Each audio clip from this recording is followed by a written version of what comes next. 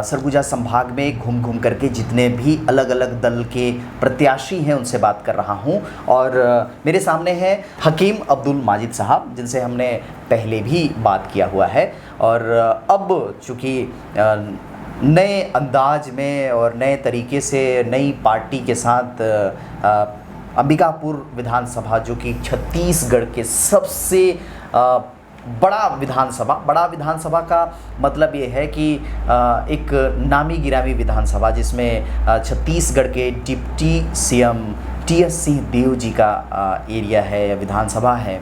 और इस विधानसभा से जनता कांग्रेस पार्टी से हकीम अब्दुल माजिद साहब चुनाव मैदान पर उतर चुके हैं। प्रत्याशी घोषित किया है जनता कांग्रेस पार्टी ने इनको।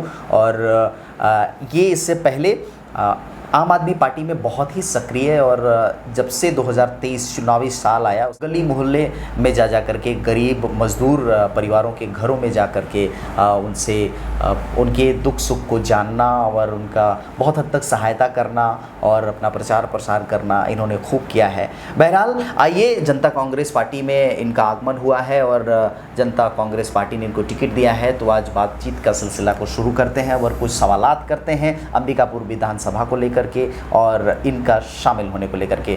हकीम अब्दुल माजिद साहब, डीडी यूट्यूब चैनल पर बहुत स्वागत है आपका। धन्यवाद सर।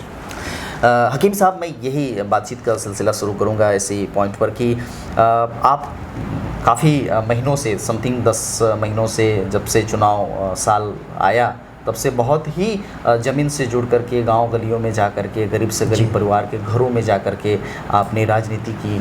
और अब उस पार्टी को छोड़ना, फिर जनता कांग्रेस पार्टी की तरफ आना, ये कैसे हुआ? देखिए, मैं बहुत ही ज़मीन से जुड़ा हुआ व्यक्ति, गरीबों के बीच रहता हूँ, खुद गरीब हूँ और गरीबों का दुख दर्द को समझता हूँ। मैंने आम आदमी पार्टी के लिए बेहद मेहनत किया और एक एक लोग तक गया, डोर टू डोर मेहनत की मैंने। यहाँ तक कि माननीय केजरीवाल जी का 10 गारंटी को लेके मैंने कितना मेहनत किया, 15-15, 16-16 किलोमीटर तक पैदल चल के हम लोगों ने काम किया। और कोशिश यही थी कि तीसरा विकल्प वो है करके, लेकिन पता नहीं आगे की राजनीति क्या है, मुझे नहीं मालूम। आम आदमी पार्टी ने अंबिकापुर विधानसभा से प्रत्याशी उतारने से इनकार किया और प्रत्याशी नहीं उतारे। हमारे जितने भी कार्यकर्ता हैं, हमारे मुस्लिम समाज और भी अन्य दलों के कई समाज के लोगों का कहना था कि यदि आपकी पार्टी चुनाव नहीं लड़ रही है तो हम लोग क्या करें, इसका कोई विकल्प निकालें, कोई रास्ता निकालें। और काफ़ी लोगों का कहना था कि आप चुनाव लड़ने की इतने महीनों से, सालों से मेहनत कर रहे हैं तो पीछे क्यों हट रहे हैं। लोगों के कहने पे, साथ देने पे, आम जनता के बोलने पे जो है मैंने ये कदम उठाया। और माननीय अमित जोगी जी के यहाँ से जनता कांग्रेस छत्तीसगढ़ की तरफ से ये ऑफ़र आई तो मैंने उसे कबूल किया, क्योंकि मैं तो शुरू से कहते आता हूँ कि पार्टियाँ कोई भी बुरी नहीं है, सभी पार्टी अच्छे हैं। काम करने वाले के ऊपर निर्भर करता है कि कौन कैसे काम कर रहा है। आपने कहा कि पार्टी बुरी नहीं होती है, पार्टी के लोग बुरे होते हैं और वो लोग पार्टी को बुरा बना देते हैं। जी ठीक है, जब ये मौका जनता कांग्रेस पार्टी ने आपको दिया है तो कितना अपने आप को आप मजबूत मान रहे हैं? दरअसल क्या है कि पिछले कई सालों से ये चीज़ें देखने को मिल रही है कि जोगी जी की पार्टी थी और जोगी जी की पार्टी अब धीरे धीरे ढलान की ओर जा रहा है। मतलब अब वो पॉपुलैरिटी, वो पहचान अपना खोता हुआ नज़र आता है ये पार्टी। और ऐसे में इस पार्टी का दामन थामना कैसे, मतलब आपने कभी अपनी राजनीतिक भविष्य के बारे में नहीं सोचा? देखिए, उतार और चढ़ाव, ढलान और कामयाबी तो होते रहती है, जैसे आम जिंदगी में भी होती है, राजनीतिक में भी होती है।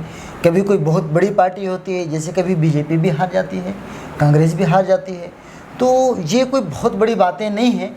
जब छत्तीसगढ़ की गठन हुई थी तो छत्तीसगढ़ का पहला मुख्यमंत्री अजीत जोगी जी थे और पहला मुख्यमंत्री थे। उन्होंने भले ही कम वक्त मिला लेकिन 3 सालों में ही छत्तीसगढ़ को काफ़ी रोशन किया और काफ़ी पढ़े लिखे मुख्यमंत्री में गिनती आते थे और उन्होंने बहुत कुछ किया छत्तीसगढ़ के लिए। आज भी जनता जो है जोगी जी का नाम लेती है। और उतार चढ़ाव तो लगी रहती है। अब हम लोग मेहनत कर रहे हैं और पार्टी मेहनत कर रही है। उम्मीद है कि बहुत कम समय में ये पार्टी फिर से एक बुलंदी, एक बड़े मकाम पे आएगी और फिर से पूरे छत्तीसगढ़ के अंदर इसकी सरकार बनेगी। हम लोग मेहनत करेंगे। हकीम साहब, ये अंबिकापुर विधानसभा पूरे छत्तीसगढ़ में, जैसे कि मैंने कहा कि एक बड़ा विधानसभा है। बड़ा विधानसभा का मतलब कि पूरे छत्तीसगढ़ की नज़र अंबिकापुर विधानसभा पे है। जाहिर तौर पर यहाँ जो कई सालों से लगातार कायम है टी.एस. सिंहदेव महाराज साहब, टी.एस. बाबा जी, आप इनको कैसे मात दे पाएंगे? जनता कांग्रेस पार्टी ने भले ही आप पर विश्वास किया है, लेकिन आप इतने बड़े हस्ती के सामने टिक पाएंगे, और टिकेंगे भी तो कैसे? देखिए, पहले तो मैं बता देना चाहता हूँ कि वाकई में माननीय टी.एस. सिंहदेव बहुत बड़ी हस्ती हैं और उनको मात देना मेरे बस की बात नहीं है। लेकिन मात तो जनता दिलाती है साहब। ये जनता के ऊपर है कि जनता किसको वोट दे, किसको ना दे, उसकी क्या पसंद है। और आम जनता के डिमांड पे ही मैं आज अगर कोशिश किया हूँ और इस चुनाव लड़ने के लिए इस विधानसभा की अगर तैयारी किया हूँ, तो आम जनता के कहने पे, लोगों के डिमांड पे कि गरीब के लोगों के बीच से उठ के मैं यदि चुनाव लड़ने का कोशिश कर रहा हूँ तो आम जनता के सहयोग से ही कर रहा हूँ। और मेरी कोई हैसियत तो हकीकत में टी.एस. बाबा के सामने नहीं है, लेकिन अगर जनता चाहे तो मुझे जिता सकती है। लेकिन हकीम साहब, जो चर्चाओं में रही है, अंदर की जानकारी है, कई जगह से ये बातें उठ कर के आती हैं कि महाराज साहब को सबसे ज़्यादा जो सपोर्ट मिलता है मुसलमान कौम का मिलता है, और मुसलमान कौम उनको हमेशा से सपोर्ट करते रहे हैं, जिसकी वजह से, क्योंकि काफ़ी तादाद में यहाँ पर मुसलमान भाई लोग रहते भी हैं। ऐसे में आप चूँकि मुसलमान भी हैं और ज़ाहिर तौर पर फिर मुसलमानों का सपोर्ट जो है, जो महाराज साहब के ऊपर होता था, वो आपकी तरफ कैसे आएगा, और क्या सिर्फ उन्हीं के बदौलत आप जीत पाएंगे? देखिए, मैं आपको ये बताना चाहता हूँ कि सिर्फ मैं मुसलमानों की बात नहीं करता। मुसलमान के अलावा भी कई ऐसे सामुदायिक हैं। यानी कि मैं कह देना चाहता हूँ कि अंबिकापुर विधानसभा के बहुत सारे ऐसे लोग बाबा के इस 5 साल का कार्यकाल से थोड़ा नाराज़ दिखाई देते हैं। जैसे मैं गांव बस्ती में जाता हूं, लोगों से जन जन मुलाकात होता है, तो ऐसा महसूस होता है पहले की अपेक्षा इस 5 साल के माननीय टी.एस. सिंहदेव के कार्यकाल से लोग कुछ नाराज़ हैं। इसलिए मुझे ऐसा लगता है कि सभी सामुदायिक के लोग इस बार मुझे सपोर्ट करेंगे और इसीलिए मैं चुनावी मैदान पर उतर के बहुत कम वक्त मिला है, इन कम वक्त में आप कैसे जीत के दहलीज तक पहुंच पाएंगे? देखिए, मैं हैरानी की बात तो नहीं कहूँगा। इससे पहले भी मैंने आपको बताया है कि किसी को हराना या जिताना, कुर्सी पे बैठा देना या उसे उतार देना, ये जनता का काम है, ये वोटरों की काम है, किसे ज़्यादा सपोर्ट करते हैं। मैं तो तमाम आम जनता से, लोगों से यही निवेदन करना चाहता हूँ कि एक मौका हमें भी दें।